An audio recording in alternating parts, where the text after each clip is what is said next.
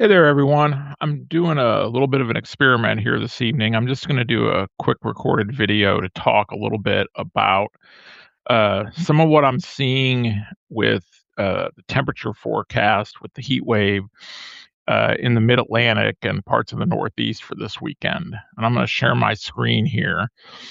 And we're going to take a look at some of the model forecasts for um, high temperatures for this weekend, and we're looking here at the European model. I'm gonna try to make it bigger. Um, and we're starting off here with Friday or Thursday.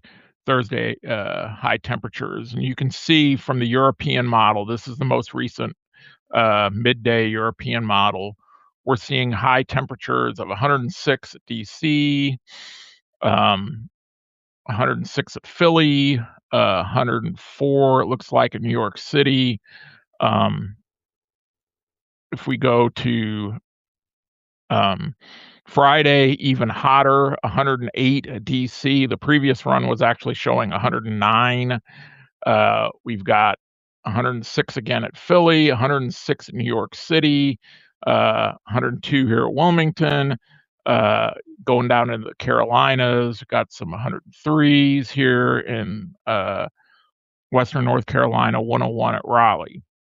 And even as we go into the 4th of July, we're still looking at 106 DC, 105 down here in Southwest Virginia, 104 here in Western North Carolina. Still looking at 104 in Philly, 102 it looks like in New York City.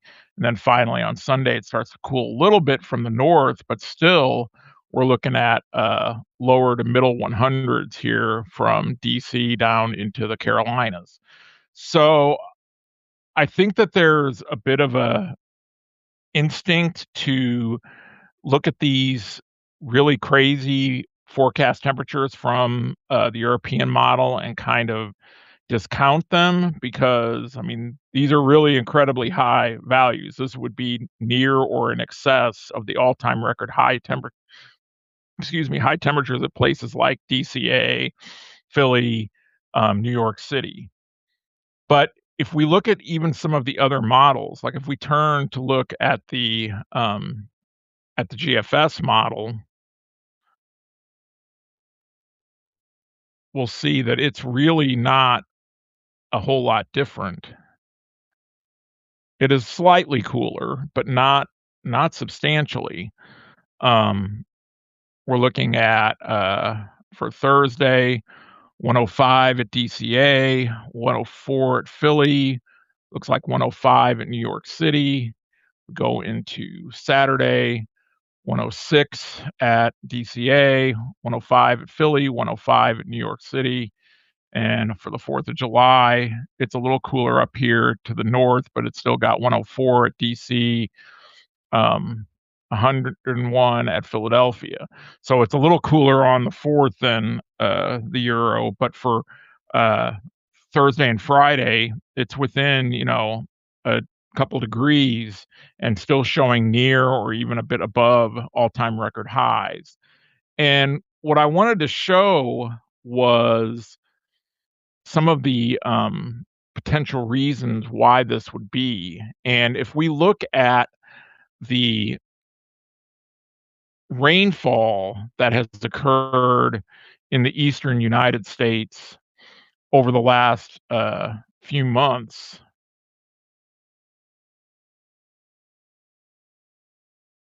we'll see that, and here, I should have had this called up. Apologies. I meant to, and I started my video too fast. Got too excited about talking. Um, if we look at the precipitation for the last 90 days over the eastern United States and look at the departure from normal. Or actually, let's look at the percent of normal.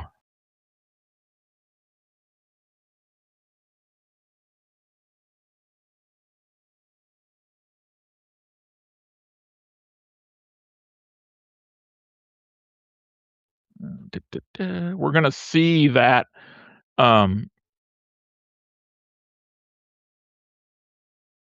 the Mid-Atlantic has been particularly dry. We're looking at, from Southern New England down across, uh, DC into Virginia, North Carolina, anywhere from 25 to 50% of normal rainfall for that period of time. And even if we look at some of the more recent time periods, um, say the last 30 days, it's, you know, really unusually dry. We're talking about, some of these areas here in Virginia, New Jersey, up into southern New England, we're talking only 10 to 25% of normal rainfall. So what happens when you get this amount of below normal rainfall is the the boundary layer, as we call it, the lowest part of the atmosphere, is very susceptible to becoming mixed out and, um, particularly heated when you get into these heat wave kind of situations, and you end up getting, uh, what we call a super adiabatic, uh, lapse rate near the surface, which enables temperatures because there's so much dry air near the ground because of the lack of rainfall on the dry ground. You get these model soundings that look like this. Let's see. What time are we at here? Let's see. We're at Saturday. I'm going to go back to Friday.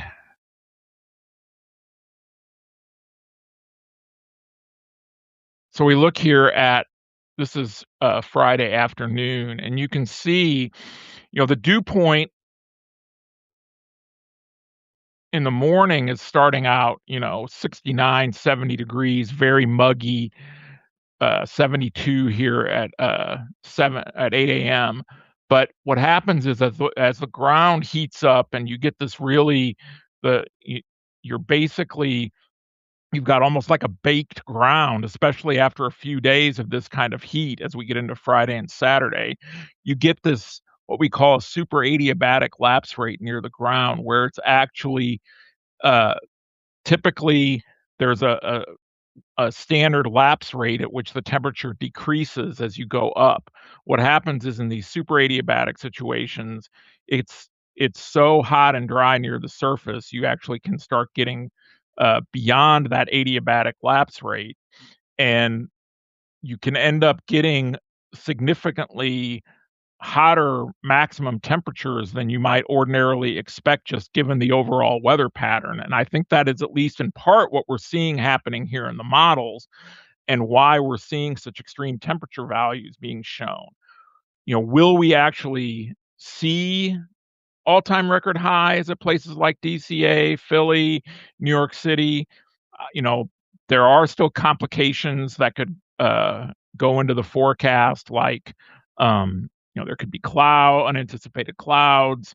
Uh, these kind of setups are notorious for having uh, thunderstorms pop up that aren't necessarily shown in the models, but in general, I think the models are onto something realistic here that could end up uh, providing temperatures several degrees above what the pattern would normally anticipate, and it's because of all of this uh, lack of rainfall over the region for the last few months. And so, if we look at the probabilistic aspect of it, this is the probability of temperatures of 105 or above on Friday.